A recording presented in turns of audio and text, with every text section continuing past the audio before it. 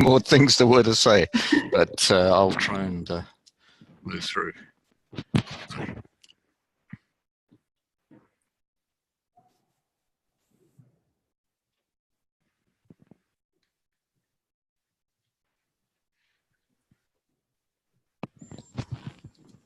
All right, all yours. Okay, great. Well, my name is Alistair Kent. I'm one of the VPs on the ESRS Executive Committee, and it's very much a pleasure and honour to welcome and introduce my former colleague, Michael Davies. He's got a PhD from UBC, and I looked at his topic yesterday. It was investigating the use of piezo cones to characterize tailings, and lasted 6 years and investigated many sites. So he knows tailings as a material, clearly. He began his consulting career working with very well-respected consultancy Clone Leonoff, now Clone Crippen Berger.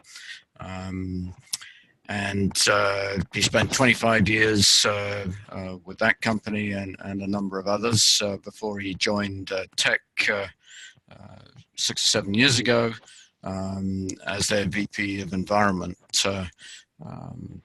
He's more recently gone into a phased retirement, which is a pity to hear that, because he's still got lots of gas in the tank. He's also the chair of the Mining Association of Canada's Tailings Working Group, which has been doing very valuable work the last 10 years or so. What else? Well, I have to say that he brings wisdom, which is the human element that you're about to hear, together with engineering science, based on this 25 years of experience working with many leaders in the field on most of the major mine tailings projects globally. And in his humble way, Mike considers that he's had a lifelong education opportunity working these years, which indeed is why we're all here today and are members of CIM. Mike's been a very strong supporter of the CIM agenda of putting this topic, as I have over the last 20 years. And we're working together on the upcoming workshop this next May, which is going to focus on the operational challenges of continuing to implement the designer's intent into the realities of a working mine. Mike was also a distinguished lecturer, 99 to 2000. We were both amazed that was so long ago. And I've left the best for last. Mike's really pleased to have been just appointed an adjunct professor at the UBC Department of Mining. So sorry that took so long, but it was all very worth saying. And now you know who's presenting to you. Go for it, Mike. Thanks. Thanks, Alistair. And I'm going to, those who know me well, and anybody who's on the line that does will know that technology and I don't always get along. And so I'm going to do what I did a few minutes ago, and it worked. And we'll see if it works again. So hopefully everybody online can now see a title slide. Could at least 1 or 2 people let me know that's true? Yes, that's okay. True, Michael. Thanks. And we're good. And and I appreciate all of those things, Alistair. And you said I still have some gas in the tank.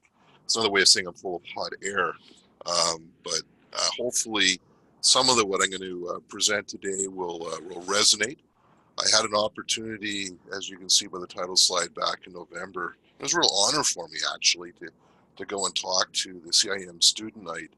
And I was amazed to even learn that BCIT had a mining department and how things had changed from the time I was sitting out there as a student at student night in a few decades prior, and really at the time it was just UBC, and at this we had University of Fraser Valley and UBC and SFU, and it was excellent and very encouraged. And those who know me know I'm a big fan of education and supporter of university approach. And as Alistair noted, I think part of my my phased retirement, and before I finally stop doing everything at some point, we'll be staying involved with the academic side of things, because I really do enjoy that, and hopefully that comes through a bit today. So this topic, although titled "The Human Element in Engineering," really could apply to anything, and it's kind of weird for me to be talking here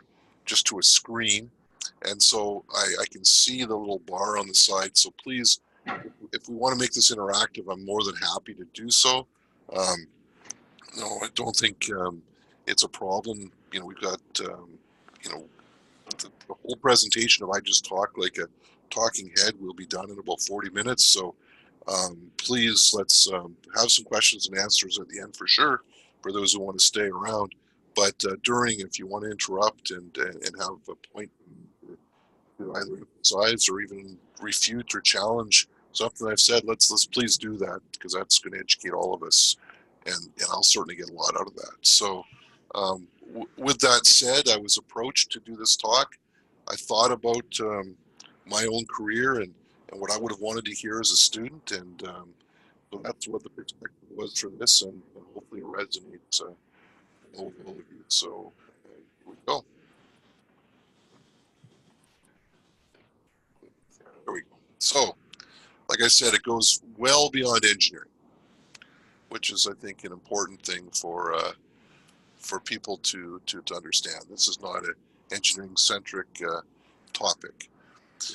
And I like this subtitle because I don't believe that anybody purposely creates problems for the industry. I don't believe that anybody is necessarily not intelligent or smart, but I do believe that smart people can often end up doing really, really silly things when we look at things in hindsight, for some reasons that may not be as obvious as they should be, and we'll try and illustrate why I believe some of the things should be more obvious to all of us.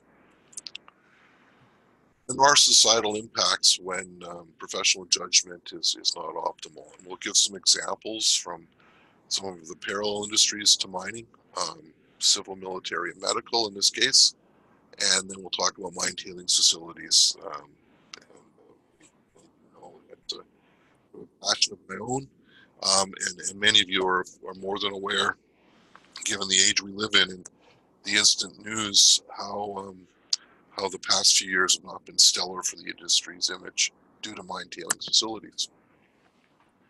If we get some lessons from all of that, we'll have some reflections to go with that, including a reflection to start.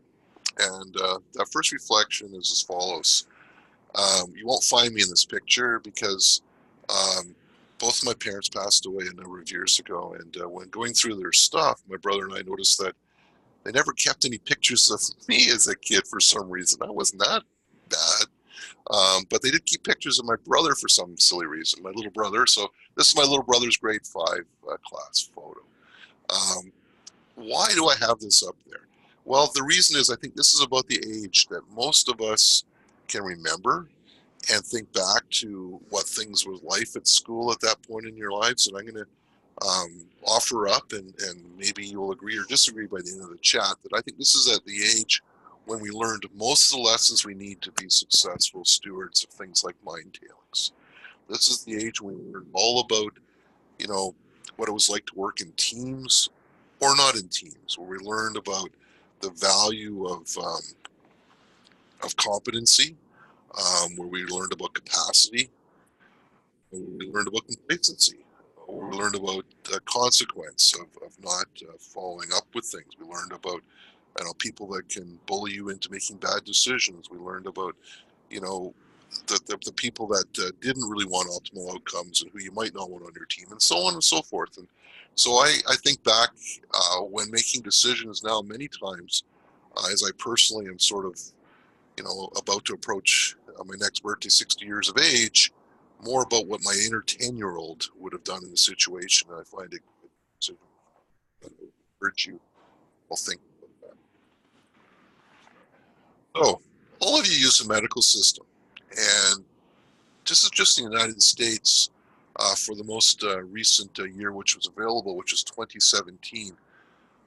Medical error was the third leading killer of people in the U.S. And I think that things like automobile accidents and all other things we worry about and strive for, what about human error? That's nearly 700 a day. Or think of another way, 2 or 3 full 787s that's sitting on a tarmac are just going to fly off. If the airline industry had 3 787 crashes a year, people would be up in arms. And also, why do we not think or hear more about this? And it really comes down to some words I'll use a lot about competence and system and error and mistakes. But here's a perfect example. You get the vial on the left, sodium chloride. Hey, it's just going to make you feel better, get you hydrated, everything else. You get the vial, it's also a salt on the right side, and your heart will probably stop in about 40 seconds. So, it's we got 7,000 deaths per year associated with medical errors. Most of these involve some sort of human error. Somebody's tired, they're stressed, they're rushed. They don't intentionally make this mistake, but it does happen. And so we have to think about, why are those things happening in such a trusted field as medicine? So I look at use of information. I think a lot of you will know of Pearl Harbor and what happened in 1941. But prior to December 7th of 1941, about 6 months prior, there were 2 very intelligent and high-ranking Rear Admiral. These are and generals. These are not privates. These are the top of the top. These are kind of like your CEO of your company type people. Got together and decided that having all of this concentration of their system, all of their Pacific Naval Fleet all in one location was really a huge, silly risk. They were vulnerable to aerial attack. Wrote a very comprehensive memoranda that went to the rest of the forces and all the way up to the president. For whatever reason, this very intelligent, very well thought out, very insightful, as it turns out to be, piece of key critical information was ignored. Flash forward roughly 60 years, the U.S. Federal Emergency Management Agency held a planning workshop in February, early part of the year, get the world year started off well, pulled together all sorts of experts, including the heads of FEMA and several high-ranking government officials, including senators and governors, and held a 2-day risk workshop, and came out a conclusion that 2 of the 3 most likely disasters facing the U.S. were a terrorist attack in New York City and a hurricane striking New Orleans. Now, I know this sounds silly when we talk about it, it's almost 20 years later, because it seems so obvious. But we know that 8 months later, with New York, was 9/11. Oops, I'm sorry, I didn't mean to do that. And 4.5 years later came Hurricane Katrina. So they were pretty accurate with their risk forecasting, although they failed to do much about it. Back to the human element, here's what happened with Pearl Harbor. And although sudden, it was not anticipated. They had foreseen the possibility of the events, but recommendations, which were simply to move some of the ships to another harbor, even within the Hawaiian Islands, they just were not incorporated.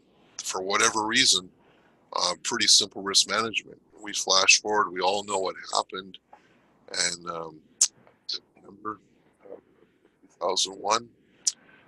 And they showed that lessons after Pearl Harbor were not really integrated into the function of the U.S. intelligence community. So 60 years on, the lessons of Pearl Harbor weren't really being taught, which the way they should have been. So it's no different with Katrina. Really should have been averted. They had all the data, but it really wasn't appropriately disseminated, communicated, interpreted, and acted upon. There was lots of warnings. Even the U.S. Army Corps of Engineers in the 4.5 years after that pretty insightful risk assessment, there was really not much of anything done. And there was a plethora of U.S. Army Corps documents and pleas for remedies of the levies throughout, and it just continually was ignored. So what do these things teach us? Well, use of information is that there's a huge danger in complacency.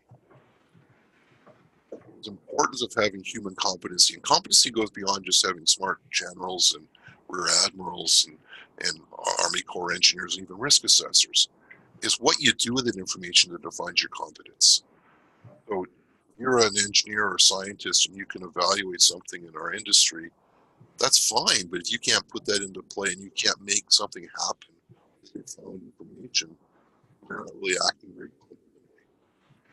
And we need to be prepared, and we need to have the capacity for that preparation, capacity from people to resources and whatnot. And I'm increasingly finding, at least from what I can see in my career, that it's not a financial thing anymore. We're simply constrained by people. Everybody I talk to is busier than they need to be, busier than they have historically been. And we're into a situation where headcount and keeping headcount low seems to be the new mantra for consultancies and mining companies and academia. Even ENGOs are limited by people. Regulators are stretched, not because of budgets, because of people.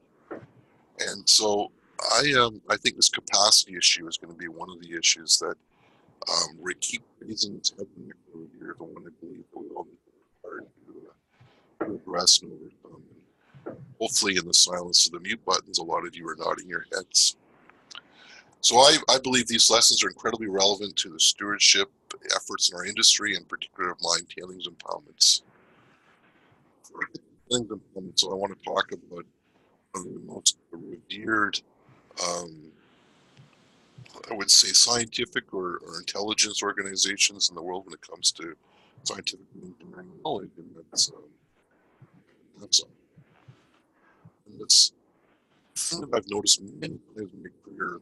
Engineering and political pressure come to a sorry to interrupt, Mike. I think we're getting a little bit of garble in. Could you perhaps adjust your mic? Sure. Am I still garbled, or is that better? That's better. Thank you. Okay. Yep. No problem. I've got a headset where it moves a couple millimeters in one way or the other. So was everything that I've said understandable up to that point, Alistair, or do I need to repeat anything? No, I think it's been okay. There's just been a few moments when I just thought I'd point that out. Thank you. It's been okay. Thank you. Thank you. Okay, so the 10th mission for the Challenger shuttle, they had into the hundreds sort of overall on the shuttle experience with all their training and all their test flights. They decided to put a civilian in the program, Krista McAuliffe. She was a primary school teacher. This was a big deal. This was going to be a big political move. President Reagan and NASA felt that the space program, I don't know if those of you who are old enough to remember, Reagan was pushing a thing called Star Wars and really wanted more funding out of the Senate. And one way was to get the public firmly behind NASA and all of the great things happening in space. So they had set up, Krista was to appear via television length right during President's State of the Union address. So, it's not just the most recent president using a lot of silly propaganda. This has been happening forever, and this was used. So prior to the this shuttle launch, however, which was set in time for the president's address more than it was based on logic and engineering necessarily, there had been a number of tests and concerns brought about the O-rings that were to interact with the fuel cells, all the rockets. So during the actual launch, one of these O-rings, it was a colder day than many of the trials. There was some condensate concerns, but they launched and there was a small leak that occurred right where this arrow is. And unlike many people say the Challenger exploded, it did not. The solid booster rocket came detached and blew up. The shuttle itself actually largely in the water. A very horrifying concept. So the O-rings have failed. It's certainly a technical failure. There was previous warnings. There was untested conditions, the temperature that day, etc. All of that was ignored because politics trumped engineering judgment. There was pressure to launch, and there was miscommunication because memos that started with, "We have grave concerns about launching in temperatures below 45 degrees Fahrenheit. We have grave concerns about the ability for the O-rings to handle the pressure." We have on and on and on. Were modified to the point where they got up to the decision makers. The key decision makers were things like the O-rings have some redundancy that is a little bit less than we'd like, but should be okay. And think of times in your own career where you have seen information get modified along the chain. And I am personally aware of at least 2 tailings failures where that has occurred by going through forensically on the information that's publicly available. And that is, to me, a component of both capacity and competence, and also willful negligence. What's worse about this one was 17 years later, in February 1, 2003, I remember this distinctly. I was in Perth, Australia, just about to board a flight, and my youngest was quite into to NASA and whatnot, and I got a phone call, and he was very distraught that he had watched live on TV the quote-unquote shuttle explode on re-entry, and this again was there was pressure to launch as well on this, and concerns about the foam pieces that were flying off the insulation, and it had damaged one of the wings. And it was probably nothing they could have done in this case once they were in space for re-entry, so they were doomed right from the start. But the foam pieces were concerns that were brought about by many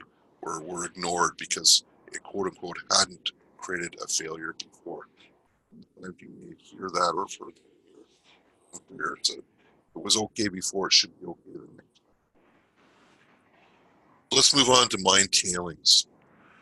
So what does society think about mine tailings? What's their, unless they're living right in a mining community, or they, they have an ability to self-educate through whether it's open houses, or they're just very, very passionate about mining themselves, they're really going to learn about mine tailings through what they hear in the news or what they can Google. Sorry, Mike, I hate to interrupt, but I'm seeing a number of messages about sound. Yep, no problem. I'm sorry. I haven't Um, changed anything this time, so is that better? For those who are getting messages, can somebody message Alistair and see if that's improved? Hi, are you speaking with the headset or are you speaking into speaker? I'm speaking with a headset. I'm also in a hotel room that the Wi-Fi or whatever I'm using may not be crystal perfect. And maybe that's the issue. Here, let me try one thing. I'm hearing most of it. It's just that you fade out every minute or so for a few seconds. Is that any better now? I think so, but what Yes. does anybody else think? Yes, and now it is better. Yes. What I've done is I've removed the headset. I'm just talking to the computer. Let's Okay. try, and if Let's that try doesn't that. work, yeah. Sounds good. Yep, sounds good. If not, we try it on the phone. If we continue with problems, we try on the phone. Yeah. we can do that too. Yeah, Okay. thank you. So Thank I you. also keep me honest. No, that's good. Thanks. I appreciate that. Thank you. So, Thanks. the societal impression of mine tailings comes from the events that have occurred. And unfortunately, in this day and age where Dr. Google is educating a lot of people,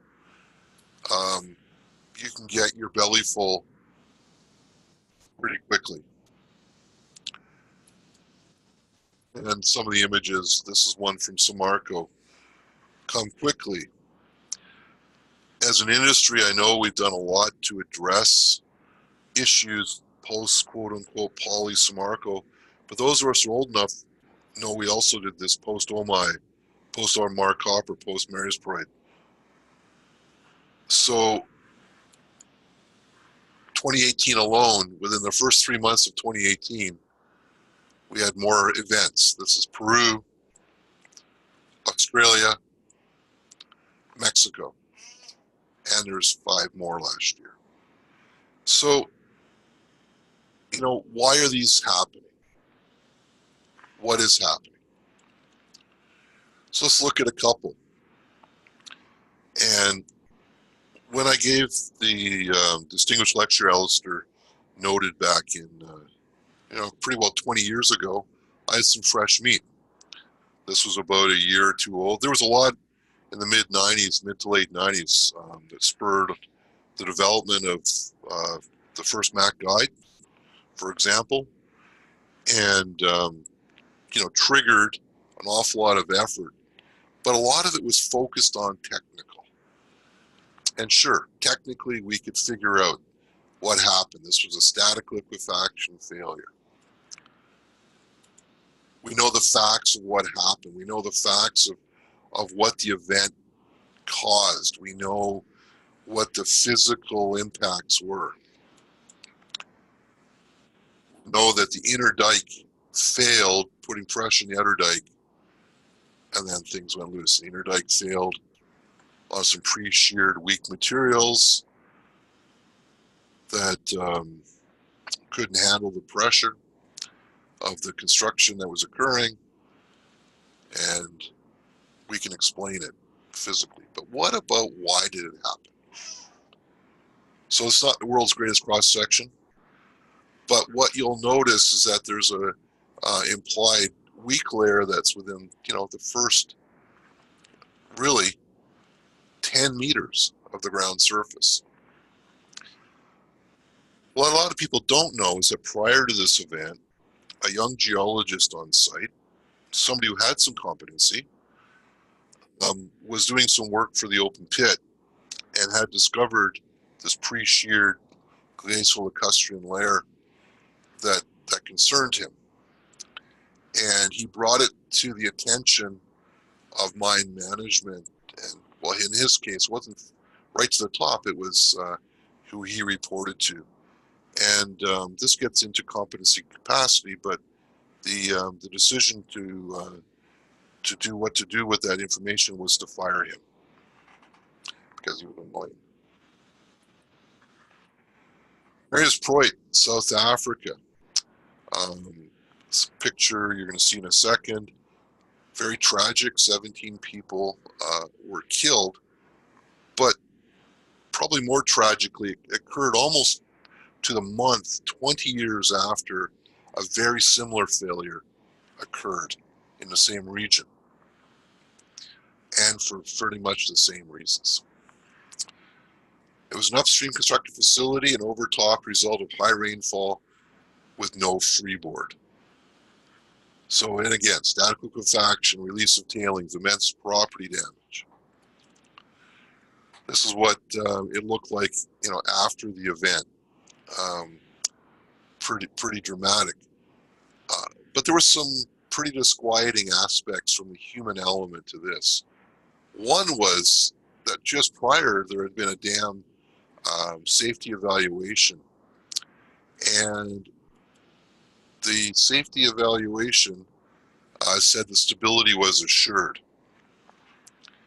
Quote unquote, the dam is stable under all conceivable loading conditions. If I just go back to the picture, if you look at the freeboard or lack thereof, one loading condition that wasn't considered was what if the water went over the top and eroded the toe? And I think most people could look at this and say, wow, where is the freeboard? But for some reason, even if people thought that, no one thought to put two and two together. So, whether it was pure competence issues here, or whether there was capacity, or whether just lack of communication, I am certain people looked at this prior to failure and said, I don't think this looks good. But I'm more certain that the people who assured stability sure didn't think very hard about it. So I always like this quote too, which is a very human element one, is that just because the mathematics makes you comfortable doesn't mean the dam will listen. I don't know if there's anybody on from Tech that phoned in today to listen in, but they're probably sick of me saying something that I say a lot to them. And it's something I think I'd like to have a lot of people have resonate in their heads, is that the dam doesn't, you have to listen to the dam. You don't tell the dam anything, or the facility. It's your job to listen to what the dam's trying to tell you something constantly. It's sitting there. It is expressing itself in the way it creaks and moans and groans and moves, deforms, everything else. But it has a voice. Your job is to have the ears to listen to that voice. You don't tell it anything. You can go run a fancy stability, finite element, whatever you want to do to try and convince the dam otherwise. But I'm afraid they're not going to listen because it has no contract with your math. It has no contract. So this was a quote from Dr. Carl Terzaghi, really the godfather of soil mechanics. And I think it should resonate with everybody, is that just because you've got a model or some analysis that makes you comfortable, I think that should be, you should say, does this make sense to what the dam is telling me, what the facility, whether it's a dam or not a dam, whatever you're looking at in the industry, am I really listening? Stava, Italy, 1985, perhaps the most tragic failure the industry has ever had for a number of reasons. If I look at the drawing in the bottom right, this had 39-degree slopes. I don't know how many technical or engineers are on phone with that pretty impressive repose angle for waste rock, let alone silts and sands. So the fact that these facilities got to the better part of 40 meters high is really a technical miracle. And I am certain there are people that were designing, developing, reviewing, looking at this facility that must have thought, wow, that's really steep. But what did they do with that information? Well, clearly nothing. So there was complacency. So on this fateful day in 1985, an awful lot of families were visiting, having a holiday, enjoying the sunshine and the family things people do. Many were up in the hills picking flowers to bring back for lunch, and then the event occurred and literally took everybody out in the patios and having lunch and whatnot away, including many, many women and children.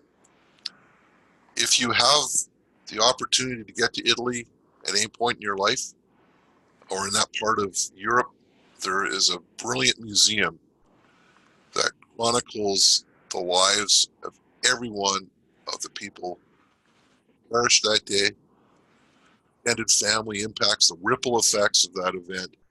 It's a sobering thing to go see. I would recommend it to anybody. It was a really hard day to go through that museum. I was really honored to be invited when it was open to go through, but it has helped form my impression of the impacts that these events can have, and it was really important. We're not going to speak a lot about Mount Poly, other than to say, if you have not read the independent engineering investigation panel review written by Professor Morgenstern, Professor Van Ziel of UBC and U of A respectively, and Steve Vick, independent consultant out of Colorado, you may really be missing something. If you have read it, you may read looking for a smoking gun technically and may not look for what I did in my in my go through is to look for the human element discussion they have in there, and there's a lot of it. There's a lot of discussion about things that should have been communicated differently were not. A lot about some of the broken communications between regulator and owner. A lot of the miscommunication between various parties during construction, during handovers, during development, during original days, all and on. And you get the impression that if the human element had been appreciated better, a different outcome and maybe no event at all would likely have been. But read it. It's available. It's publicly available. You can find it easily through the ministry website. And if those are still interested and can't find it, send me an email or send Alistair one, and we can get this to you easily. Get you the link. Human element thought. This was in a great book called The Verdict of History, written about Pearl Harbor. This quote I really like is that it's very difficult to maintain readiness and vigilance when things are going well. But this is the enemy of complacency, right? Because we face this burden all the time in our industry with things like tailings management. We need to be alert at all times. Well, hopefully, we never ever experience in our own individual careers a Mount Poly or a Samarco or anything remotely similar. However, we have to act as if one is lurking around the corner at one of our facilities tomorrow. Excuse me, Mike? Yep. I was just wondering if I could kind of interject something. I'm really appreciating this presentation. Thanks for being here. The idea that we need to be alert and respond appropriately ties into the research that I hope to do. And I'm just wondering what kind of industry initiatives are around to prevent the continuous state of precarious employment that most technical people are under in mining now. Well, I can't speak as for the entire industry, but I know that the organization that I work for, we have a very robust succession plan in place for all key positions, and we're enhancing work on that each and every year, including this one. I know that the universities are starting to spend more attention to educating for the real world versus just for knowledge. But as an industry in general, am I aware of an initiative that is about maintenance of competence and capacity? I sadly can't point to anything, and I wish there was something. If somebody does have an example, and we want to take a quick couple minutes now for somebody to offer up something they're aware of, that would be great.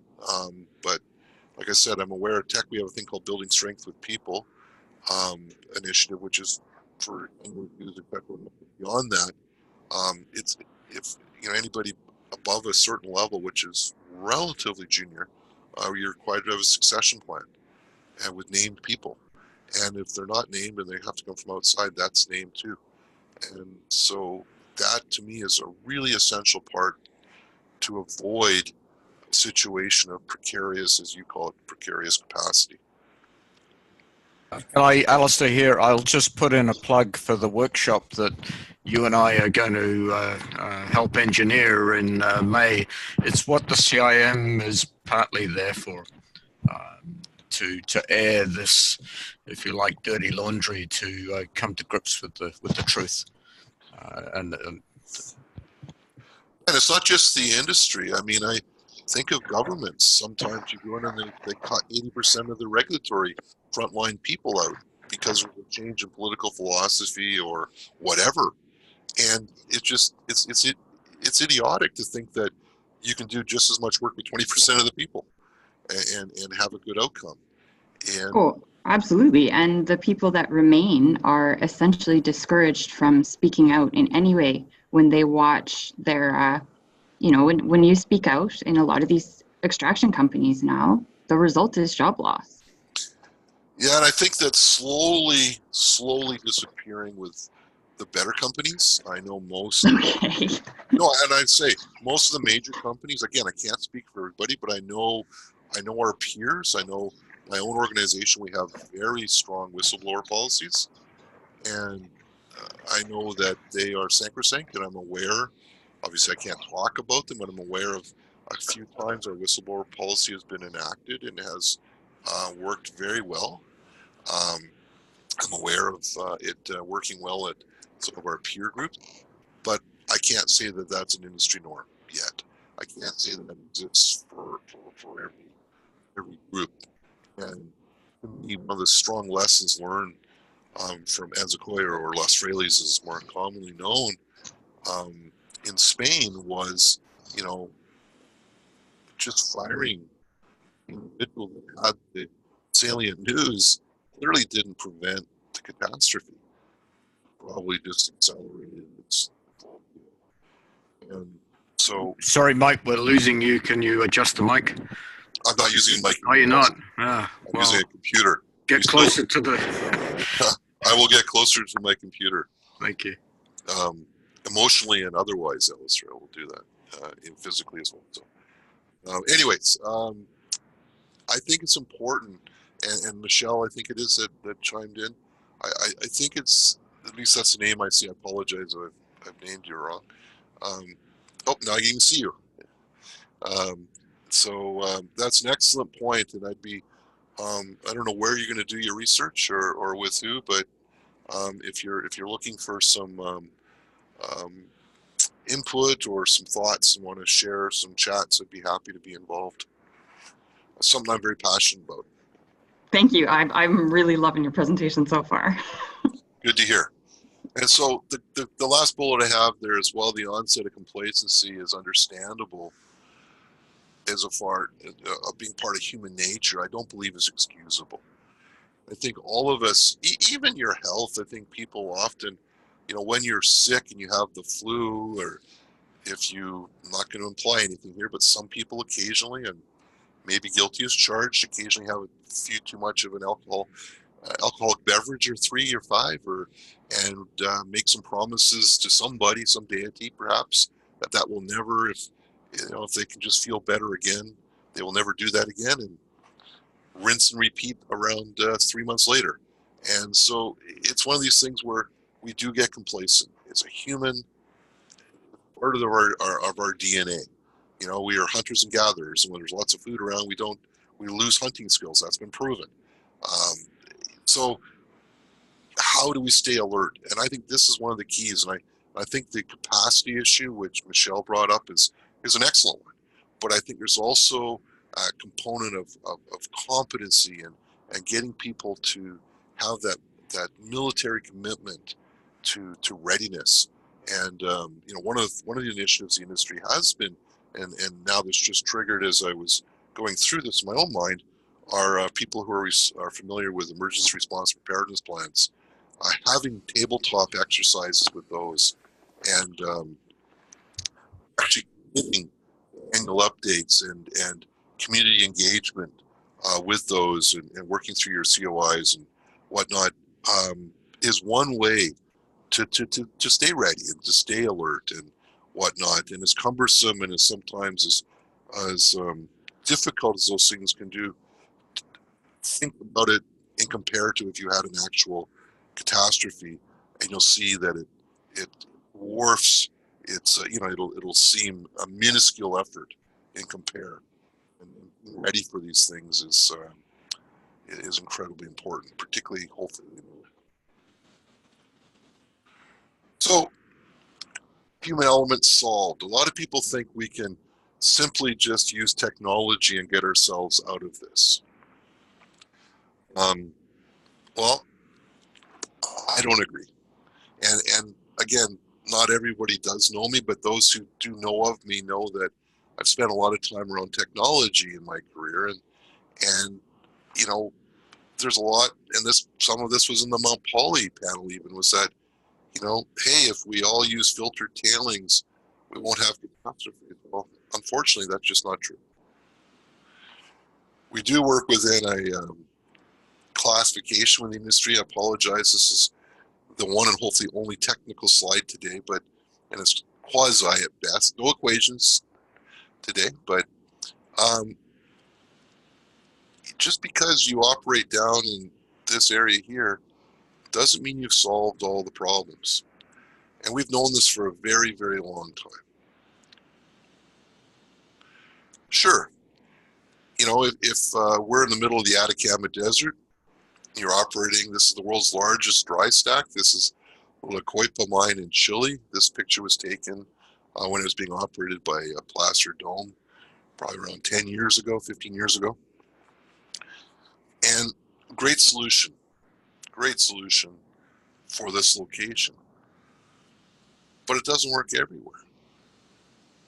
This was a panacea for a project somewhere in North America I won't mention, but if you happen to know what it is, please don't shout it out. But thickened tailings, dewatered tailings was going to take care of everything. No water ponds would be necessary. This was going to close, no issues. Well, it's an ARD nightmare, basically, in many ways, and we have to flood all the tailing. You're basically back to square one, but now you've spread it over such a much larger footprint. It's a much bigger problem to solve than if a traditional subaqueous facility had been developed. So competence and politics can get in the way of even technology decisions. So technology is great. I think we continue to pursue it. I think that, you know, at some point, you know, waterless comminution is potential. We're you know, as an industry, we're getting into, you know, bioleaching and, you know, using, you know, nanotechnology and bugs and whatnot. And I do think that, you know, dewatered tailings has a role to play under the right situations and whatnot. But, you know, if we get on top of competency, capacity, and complacency, we could build anything. And we know we can, because there's many examples of how these things can operate effectively. So instead of looking to technology as our panacea, I'd rather we look to the human elements. But the same technology, but no, what? So what are some layers of defense against human elements? And maybe this gets, you know, a little bit along the ways to answer some of Michelle's good points, but is looking at risk and looking at understanding that each layer of risk management, each layer of defense you have in place still has holes in it. No matter what you do, it has holes. And I always remember early in my career, people talked about lining facilities and how liners were impervious. Well, that's not true. Everything has permeability. Even solid rock has some permeability. So using that as an analogy, every layer of defense has some potential problem, has some weakness. So what's the solution? Have successive layers of defense. And when it talks about the human element, this can mean having redundancy in positions, not trying to strap 3 extra job titles onto one person's back. So a risk itself, this includes human elements. Ask yourself, what could go wrong? How likely is it to happen? How could it affect me, my enterprise, my company, my site, if I'm a government official, you know, my ministry, my job, whatever it is, how does it affect me? And most importantly, what can I do about it? So we look at this picture here, and I'm pretty sure the individual driving this truck didn't figure this could happen. Probably didn't think this could go wrong, let alone that it was somewhat likely to happen. So, you know, all of us need to do a risk assessment on a continual basis. It's interesting with the student night, it was an easy analogy. And, you know, my youngest was actually in the audience, and I used him as an example to try to embarrass him, but I've seen him do it. I've seen him have buddies over, and they get up the next morning, dust themselves off, and they'll look at pizza from the night before, and I know their heads, they do a risk assessment. Is this still edible? And most of the time they make a decision, and quite often they take that chance. So we all do it. Choose to take an umbrella, not an umbrella. You know, wear a raincoat, not a raincoat. You know, fly this airline, not that airline. Take this route, not this route. Drive to Coquihalla today, don't drive today. We all take risks on a daily basis. We all do it. But are we doing a proper assessment of those risks? I'm not sure as an industry we often are, and we don't ask ourselves these questions often enough. So just selfishly, I'm going to jump into some things we do at Tech because it's the thing I'm most familiar with, and it's examples of how we can manage a human element. Well, first and foremost, you need to have structure. You need to have a policy in place and guidelines and whatnot. But those don't solve the problem, but they're a step. You need to know what you know. And sometimes it's what you don't know, so find out what you know. So here's an example. We put together databases of our facilities. This is a little bit of an older picture of Highland Valley, but it shows one of our larger tailings facilities. It's since grown, but not substantially. But what do we know about it? What are our potential impacts? What do we do about this? What are we, surveilling, monitoring? So on one piece of paper, I can communicate to pretty well anybody up or down the chain at Tech what this facility might do if something goes wrong and what we're doing about it. And I think these sorts of summary types of information can really help your situation with capacity to let things go wrong. How we organize human interactions. Again, I look corporate as that's the ivory tower. If you're using the mining company, particularly those massive. And you have your projects, your operations, your sites. These include legacy sites. These include, the exploration site. Of course, your operating lines. These are your roles and responsibilities. You need, not saying these are in stone and every company has to do it this way. This is the way that we choose to do it at Tech. But if you don't have clear roles and responsibilities, you're going to have uncertainty. And I can say with certainty, there was uncertainty on 2 or 3 of the most recent failures you wish to look at. If you read the materials, the roles and responsibilities were poorly framed and poorly understood. And not to pick on you, Michelle, but when you go into this topic, if you're doing it for a research topic, I think one of the key elements to look at when you're looking at things like capacity and this flush repeat thing the industry does with people, one of the challenges I see is on structure and on people understanding their roles and responsibilities. And it's so vague sometimes for people. I've gone and done audits in my consulting life and gone into organizations and asked people, what they actually do, and asked other people at the same site what they do, and the amount of overlap was immense. Then you find out there's a little bit of somebody really wants this part of, they don't have it, and you get back to that grade 4, grade 5 analogy where people actually revert to their 10-year-old selves sometimes and get very petty and human too. And when they're not given proper structure, the structure can be far from that. So to me, part of the equation is having very clear and crisp structure so people really understand what their job is. People really understand what's expected. People really understand who they report to, how they report information, where to get information from. Because if you leave a vacuum, people will fill it, and they may not fill it in a very optimal way. So in terms of lines of defense, these are the ones we use against tailings facility failure from an external perspective. So all of the following on the right-hand side are done for us by other people. Construction inspections on leases for construction. Sorry, Mike, closer to the mic, please. Sounds good. Better? Again? Holding the laptop in front of my face now, so hopefully that's Okay, better. thank you. Is that better though? For me it is. Everybody else okay? Yeah, that's better for me as well. Awesome. Okay. Cheers. So dam safety inspections, the annual DSIs that many are obligated to do by law in pretty well most jurisdictions nowadays, but still there's some that It's voluntary and it shouldn't be.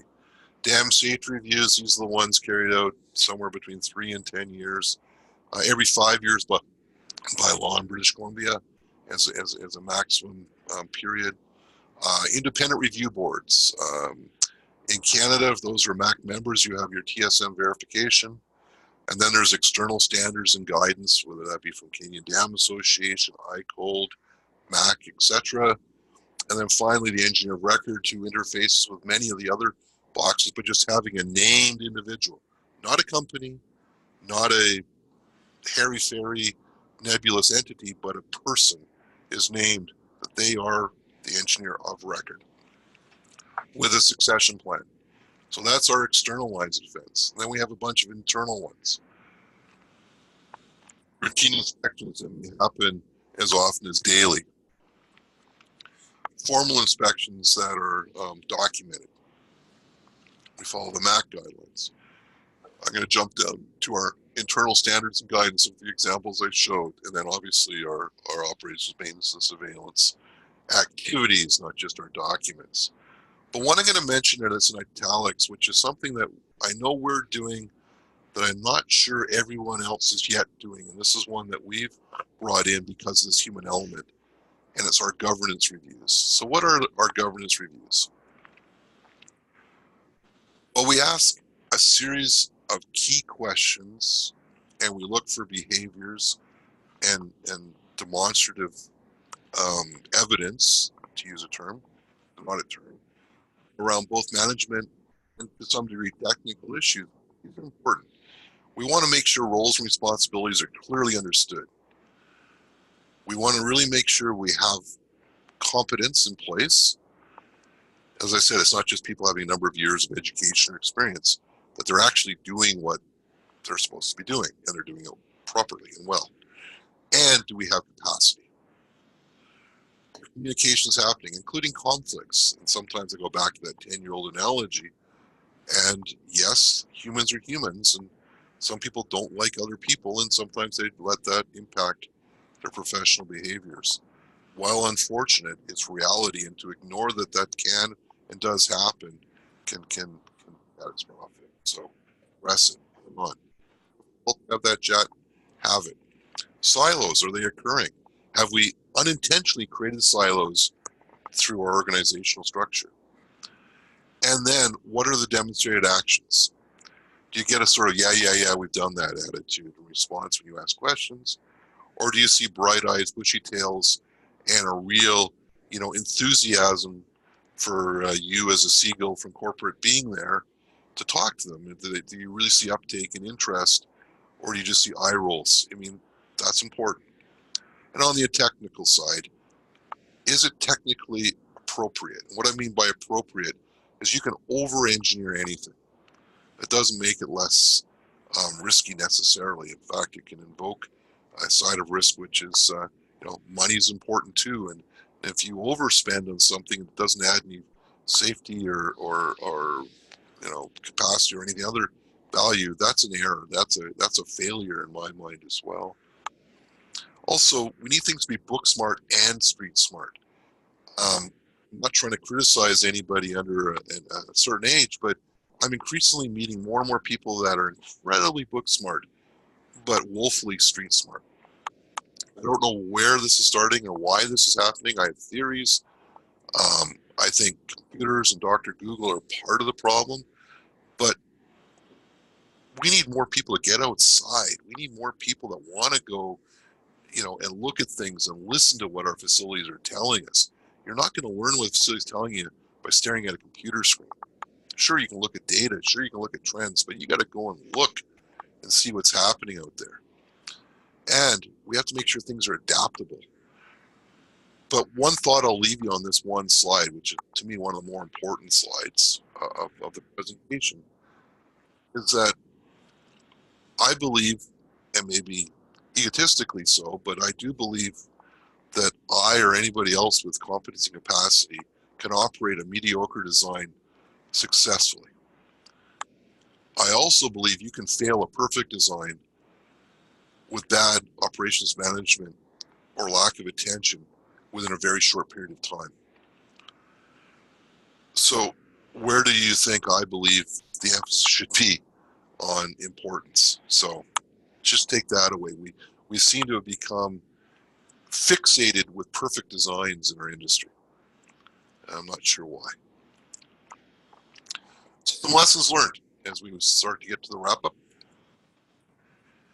Engineers, scientists, technologists, humans. We're all humans.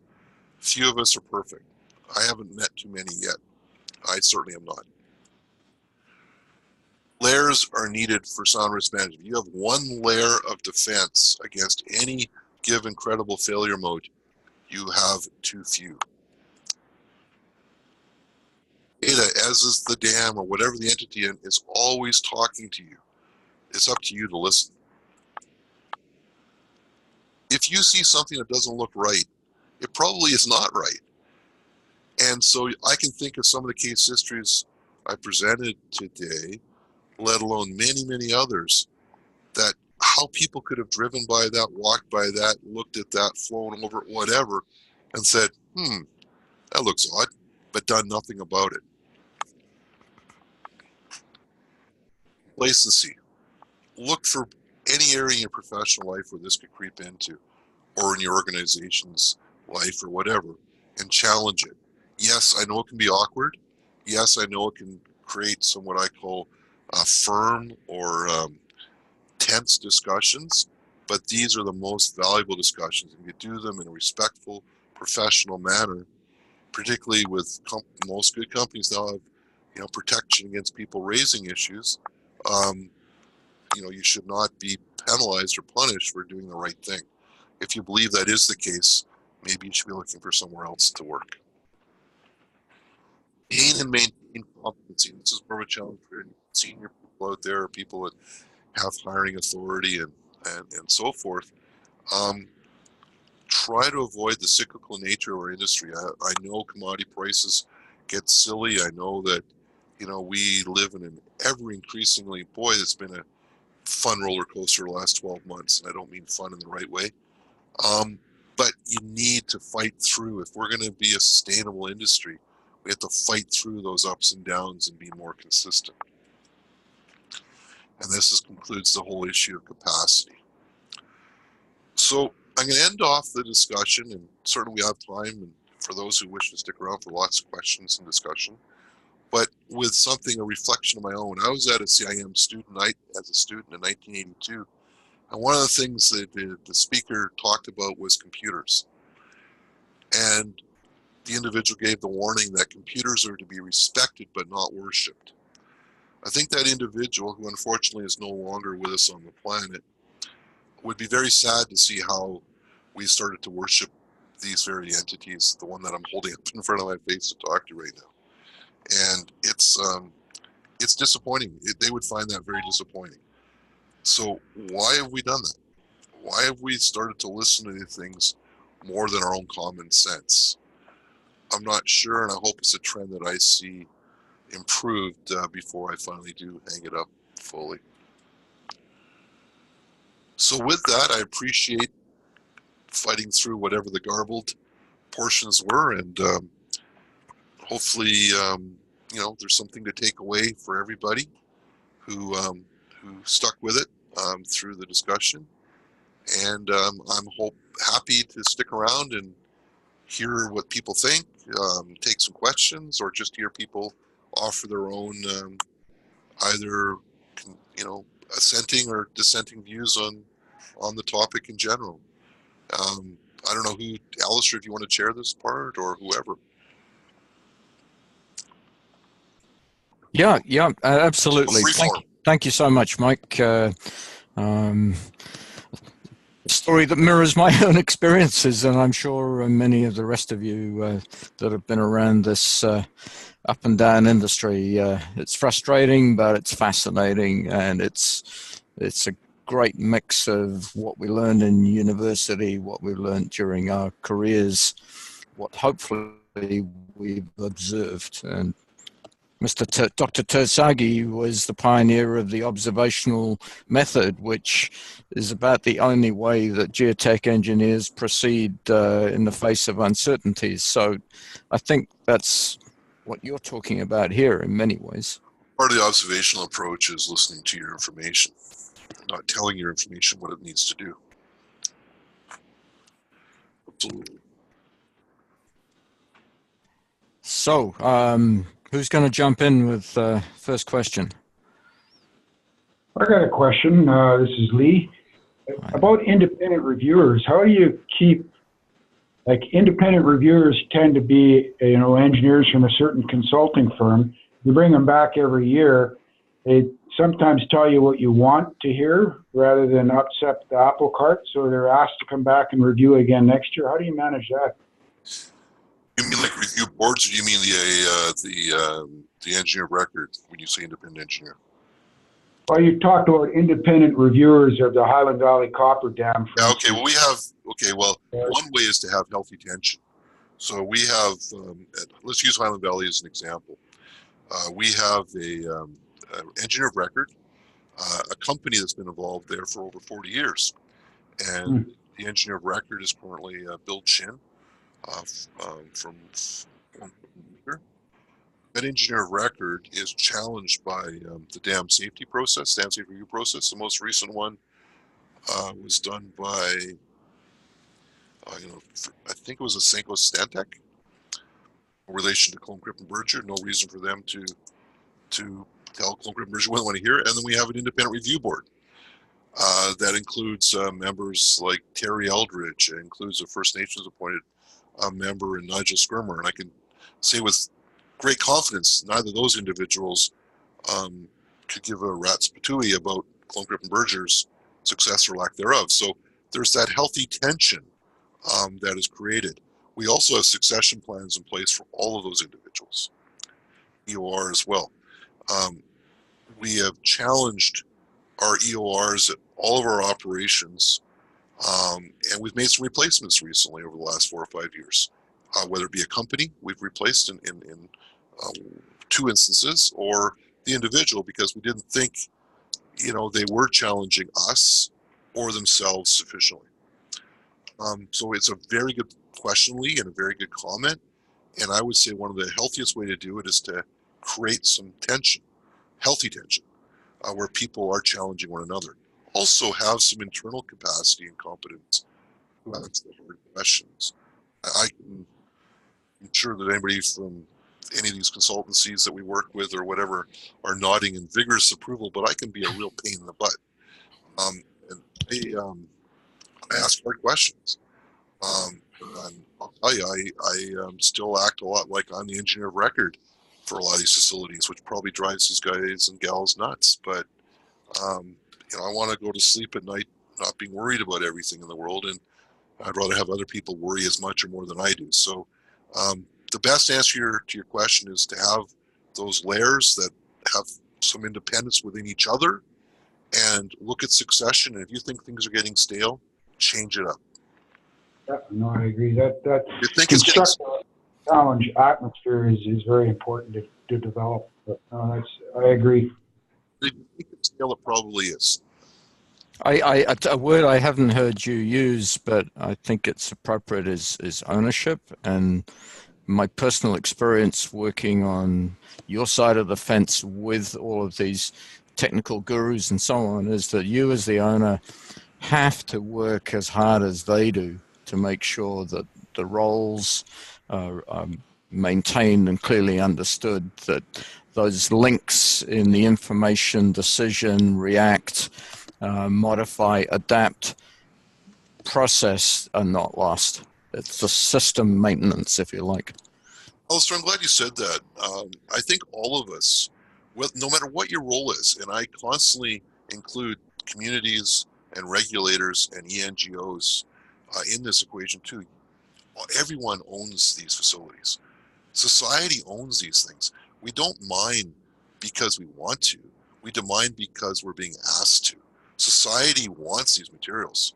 We want iPhones. We want medical, surgical equipment. We want mass transportation. We want wind turbine fins. We want all these things as a society, and the only way currently we can do most of it is mining that material. Sure, we can recycle a lot of it, but not infinitely. And as populations grow, I mean, China alone, we're graduating somewhere in the order of 20 million people into middle class. I think it's every 6 months, some crazy number.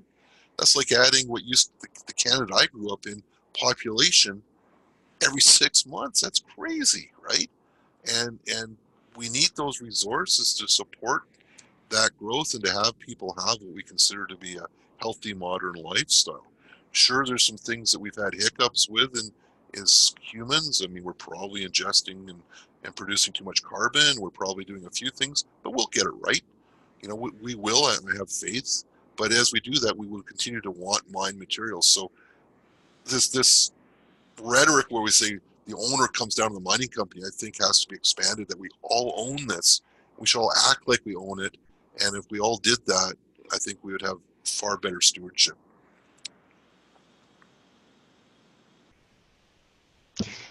Hi, Dave, it's Corolla here. I thought this last thought was a very interesting one, and I was hoping maybe you could elaborate on what does that mean for a mining company that everybody owns this facility? What does that mean? It means that you need to listen to everybody's opinion and give it credibility and weight.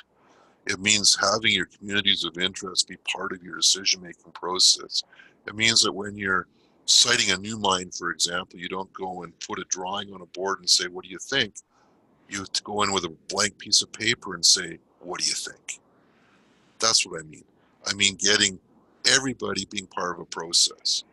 With our tailings emergency response plans, when we first tried at Highland Valley in 2012, we went out to the community of Ashcroft, and everybody in Spence's Bridge had them involved. And we were scared. We wouldn't know what was going to happen. Now it's into our third time coming up, and it's been great.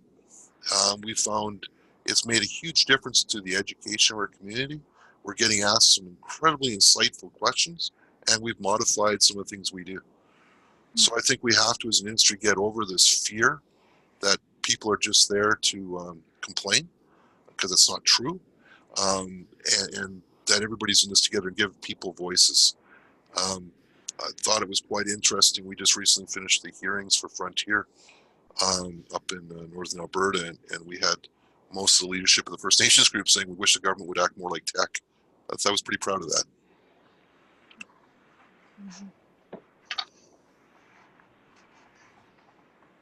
And some of the pictures you presented for tailings failures, I just keep recalling the other presentation we had for ESRS, which was held by previously about tailings failure.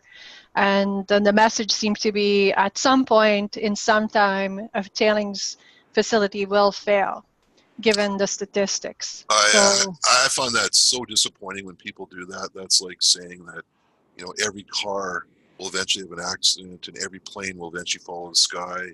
It's just not true, right? I've heard that too. And the people that do that, they have an audience. They do it because they have an audience, and it's unfortunate. It's not true. A well-conceived facility that's properly managed will not have a problem. There are far more examples of facilities well into post-closure and retired with absolutely no problems, never have, never will, because people have paid attention to capacity, competency, complacency, and done the right things all the way through.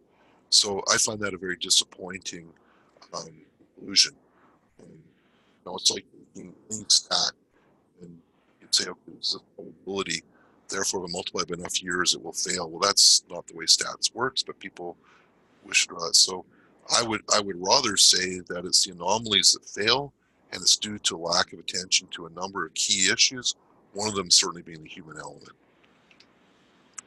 Corolla, it's Karen Chauvin. I think I actually would have taken a different takeaway from that other presentation. It was really more of the mindset that we should think about that perspective, so that we are thinking about all the types of risks that are out there, and not necessarily say that every facility out there would fail.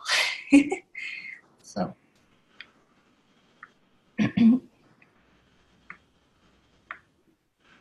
that's a much better message.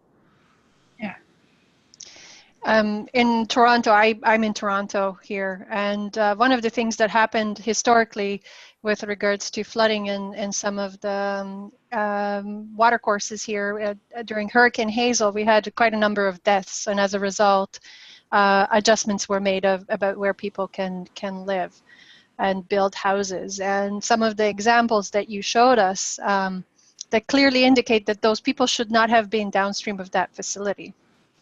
I'm wondering if that is something that you see. Like, do people consider that? Well, they do. Absolutely. I mean, the one challenge, like you give an example where people can choose. Mining, we don't unfortunately get to choose where the ore bodies are. To some degree, we can choose where some of the facilities go, but even the picture I still have up on the screen for those who will see, this is our Carmen de Andacollo mine in Chile near La Serena. It's in a little town of Andacollo, which actually has a beautiful World Heritage Site church and whatnot. Mining's been going on there for literally hundreds of years. Lots of small scale. There's tailings all over the town. You know, we, as in the modern sense, our mine, we've got one facility. It's pounded by many waste dumps and whatnot, and it's pretty bomb-proof. But you know, we still treat it as if, you know, like any other ore facilities and whatnot. But you know, we didn't get to choose where this ore body was.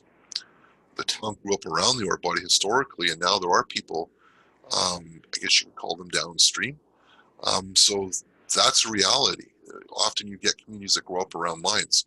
You look at the Timmins, you're in Ontario, so you must know the Timmins area. I mean, Timmins and Porcupine and whatnot didn't develop, and then mines resulted. It was the other way around. Sudbury Basin, same thing. So I think, you know, when you're choosing a hydroelectric location, or you're choosing, you know, location for a transmission line or a nuclear power plant, you have a lot more freedom of choice than you do where your mine is going to be. Your tailings facility, you have a bit of leeway, but you know, you certainly can't be 300 kilometers away, for example. So you know, there's a little bit of difference, but your point is well taken, is that you should take that into account. And certainly, if you're going to build a tailings facility in the greenfield sense, if you don't take into account what's downstream and what the impacts are, and have any potential impacted parties, including the environment, consulted. And when you consult the environment, I mean through proper impact assessments, etc. You know, you shouldn't get the license to pull that facility.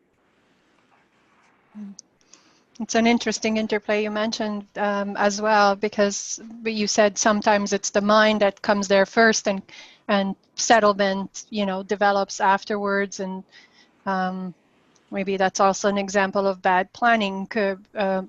You know, settlement planning, not necessarily a result of the mining company. That's a government responsibility as well to see, you know, where it's more appropriate for people to live if Yes. they're working for the mine, right? Well, mining companies don't grant permits to mine, nor do they grant development permits for municipalities. So absolutely. Exactly. When I talk about silos and everybody working together, I've never seen more dysfunction or lack of communication and a bunch of worlds than I'm talking about governments and politics. I mean, I know we can all joke about what's happening to the south of Canada right now in terms of government ridiculous childish behaviors all over the place, on all sides of the political map down there.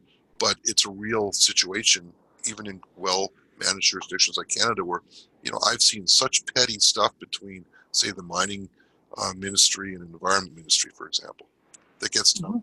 It's a, you know, bad interface interaction, and something we need to address and have those discussions, not be afraid of it and call it out, because it does happen. Mike, you mentioned silos, and you're about to go and take up an adjunct professorial role. One of the things I've learned, having started out life as a specialist geotechie like yourself, and sort of morphed into a more broadly involved project planner and executor, that how we educate people is and encourage silos, encourage the responsibility of those with higher and higher more specialized degrees. Do you think there's something missing, and are you going to attempt to sort of push back on that in your role? Yes, absolutely, Alistair. I mean, I remember back in, it's funny, I was cleaning out some old stuff, and I found an old T-shirt I had from my undergrad days, and I'm not very proud of it now. And it said, it was an old engineering shirt I had at UBC that said, "Friends don't let friends take arts." It might have been a big joke back at that point, but when I think about it now, I was thinking how narrow-minded and sidled that approach was, because a big part of being a good engineer is understanding the humanities. And I would have benefited from taking more history and understanding more about cultural values. And now, when I was vice president of environment at Tech, what did I need to learn most about? Well, some of the cultural challenges of Indigenous people in various jurisdictions around the world, some of the challenges of displaced workforces and whatnot, some of the understanding of the historical interfaces between big government, big mining, and some of these smaller disenfranchised communities and peoples, and that lack of understanding of those humanities was a detriment to my ability to do my job. And so, yes, one of the things that I think is more of an interdisciplinary approach, and universities are the place where it starts and has to push that and have people getting away from this. I'm an engineer, therefore I should not step into the arts buildings, or I'm a I don't know what you want to call it, whether it's a social worker degree or a policy planning type person. I therefore don't need to know anything about what the mining industry does. Well, that's just wrong.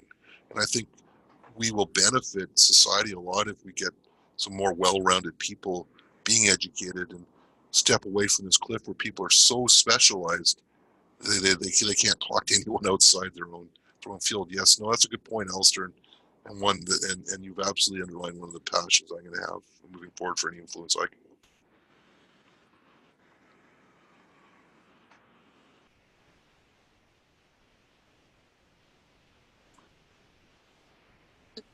How are we doing? Any more questions? Or even I'd thoughts? just like People to want to ask offer up a thought. one quick question. You mentioned your company is one of the more successful mining companies. What about shouldering the responsibility of helping smaller operations reach safe targets, so that in general the receiving body is still the society? And I don't know if managing tailings has a economic impact. Typically it is extracting the metals and extracting the value, and tailings management starts to become an expense. But if we look at it differently, you can, if you're helping minor players achieve the same type of targets with the wisdom and structure that you put in place, that might benefit smaller companies. But who would be the person to engage such an action? Great comment and question, by the way. I don't think I said we were successful, because I don't get to decide what's successful, not successful. If you look at just the marketplace, and if you were an investor, you'd be very frustrated with us some days, because our share price occasionally has done some interesting things, and for a number of years in the past year, we've been very much a non-profit organization. But turning to what we can do, well, one of the things, and something I'm very proud of, and it's almost like you gave me a slow pitch over the plate, is the efforts through the Mine Association of Canada. Our guidance documents, and for I don't know if anybody's on the line that helped work on that, over 70, 80 people contribute to the development of the updated guides. We aim those at the smallest possible element within the industry, at the smallest potential operator in a viable sense, that we can see be incredibly permitted to extract a resource. So by taking knowledge of having, you can use the word, but just having experience in operating these facilities and passing that on in a logical, constructive way that's accessible to others, was the aim of this updated MAC guidance for anyone on the line who has not done so. Miningassociation.ca, miningcanada.ca. Go to the MAC, just Google MAC Tailings Guide, and I think that's one way. The second part of your question, largely about keeping, how do we tailings and turn more of into an asset.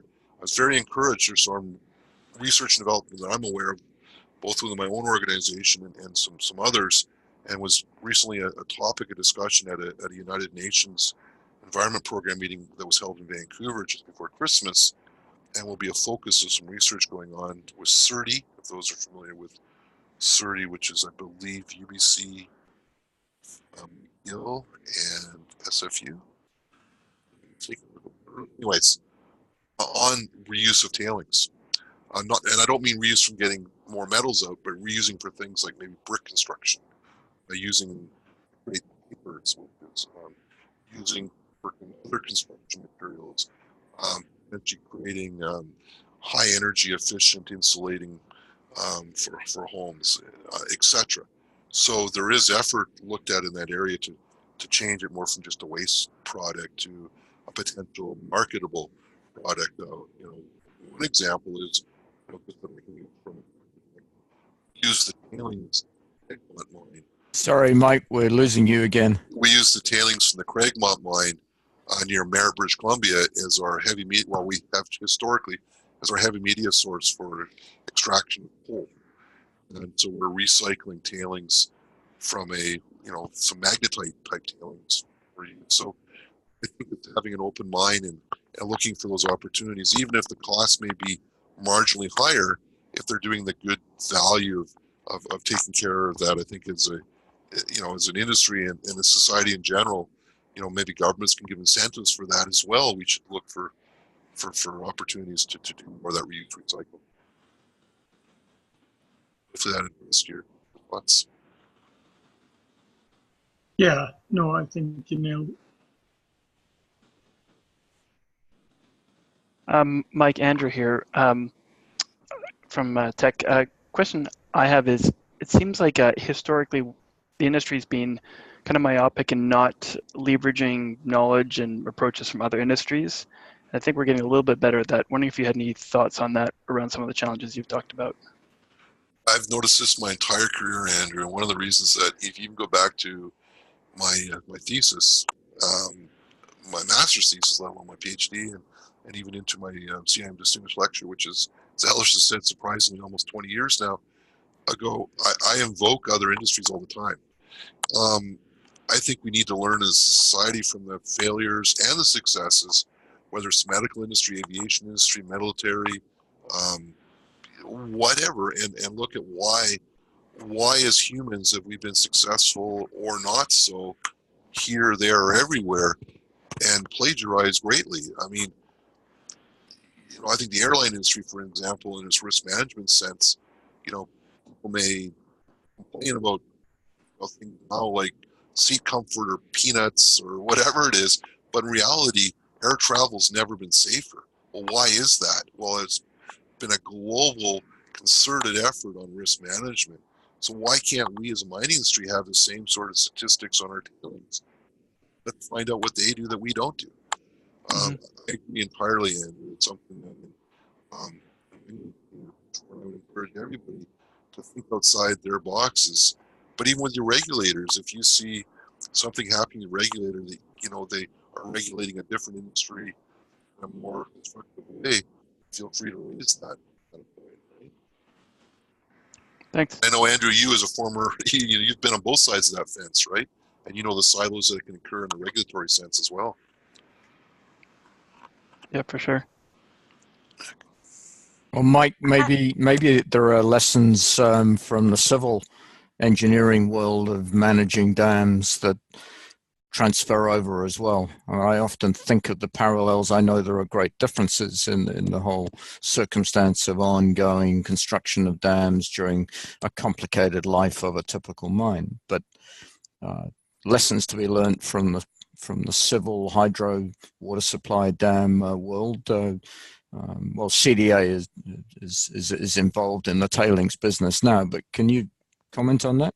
Oh, for sure, and their failures too. I mean, they've had some dramatic and recent as well, and I see that, they're an industry that's almost gone full circle, and that they were safer 20 years ago than they are today in some ways because this complacency that's crept in. So we can learn good and bad from them, Alistair. But yeah, CDA, Canadian Dam Association, is something that thankfully they've started to look at mining dams and whatnot and added them to the repertoire. But I find it's almost they're going to start to learn some things from the mining industry as well, because they've had such good track record that we're starting to see things in some of their older infrastructure starting to creep in, and so silos can work in both directions.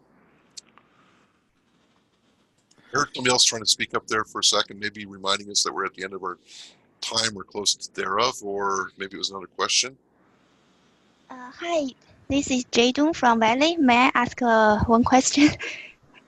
Of course. Yeah, so your talk is focused on the inline tailing placement.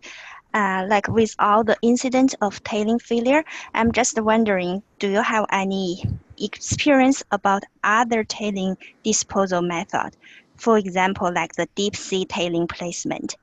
I know it's related to the physical condition of the mines, but generally, are we looking for some other tailing displacement method? Thank you.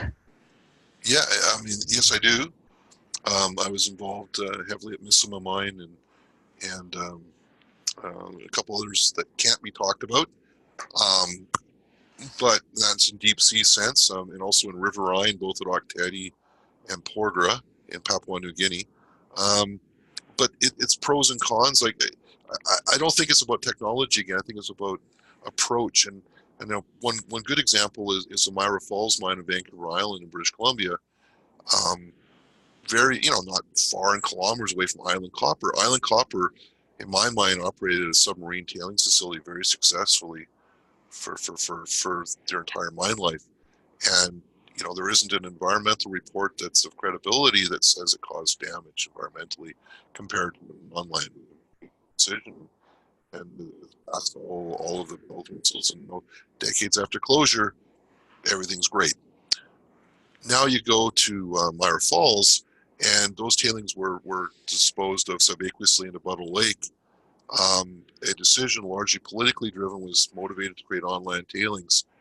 And now they have on-land tailings that are susceptible to some potential long-term leaching and other challenges that will go with those tailings, whereas the lake bottom sediment tailings have caused no issue or concern and aren't creating this long-term legacy. So, like any technology, it's got to be horses for courses and go through the proper discussion, and there's a human component to those decisions, and it shouldn't just be politically driven. Yes.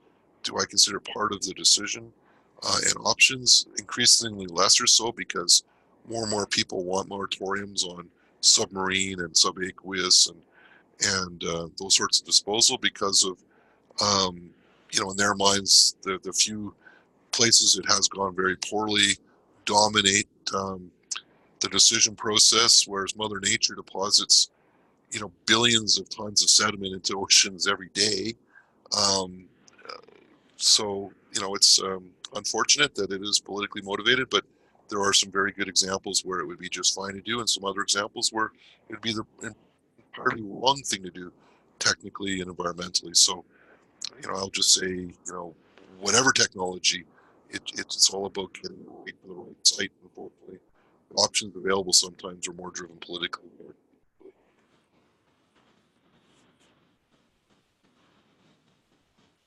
Again, as an industry, we need to push back where things aren't being scientifically or embraced. Community input's important, but an educated community will often be at odds with the regulator. And as an industry, we need to work to help the regulator understand that its proponent in the community are for something. There's a reason. Just that in your case, you mentioned complacency is the biggest problem. And when tailings are out of sight, out of mind, then the complacency probably grows a lot more. For sure. Absolutely. Again, that's one of those human nature things. And it's no different than, you know, think of your own life. Think about things you don't see every day that you rely upon in your home, for instance, your furnace or whatever. People often get complacent about servicing those sorts of things until they don't work. That's why you need to have regular, at least scheduled maintenance that you stick to. And you need to, you know, there's nothing magical about tailings or any other part of industry. It's just like anything else. If we ignore them and expect them to be perfect on their own, they won't be.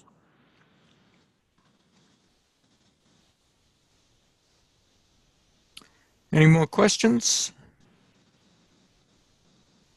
I think we're just over our allotted time, but I would hate to cut off if there were any more questions when we've got such an eminent, experienced speaker here. Andy Reynolds here. I have a question if you can hear me okay. I hear you, Andy. Yeah, so you talked earlier about learning lessons from other industries. 25 years ago, I was involved in quite a significant upgrade of safety in the defense sector.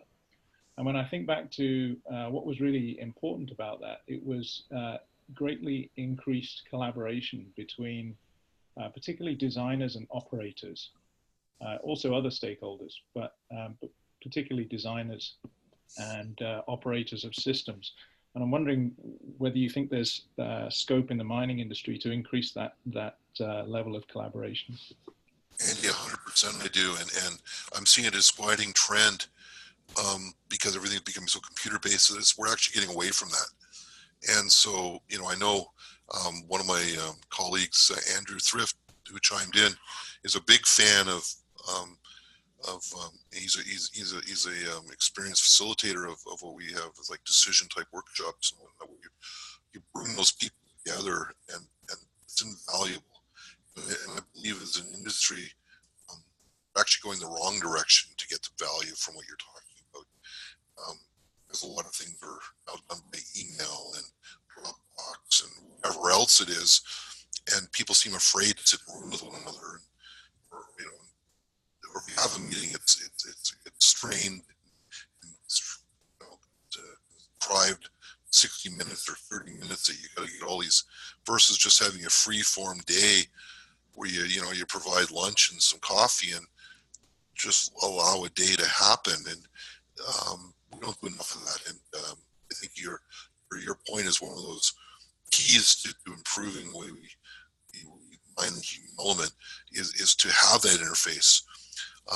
One of the things I like to do in our governance reviews, I like to talk to people at the face, on the shovels, basically, so to speak, and ask what they're seeing and their perspective of things are and whatnot. And it can be incredibly enlightening. And for them to feel, give them the impression they have a voice. Whoops, I'm sorry, you're breaking up, Mike, and I'm being asked to wrap it up, to close the session. I hate to do it, but them's the rules. All good. No, thank you so much for the invite, and for those who put up with it, and hopefully everybody gets to take away something. And if you had an issue with any of it or wish, michael.davies@tec.com, and happy to have a chat. You've done a wonderful job, Mike. Thank you so much. Thank you very much, Mike. Okay, take care, everybody. All the best. Bye-bye.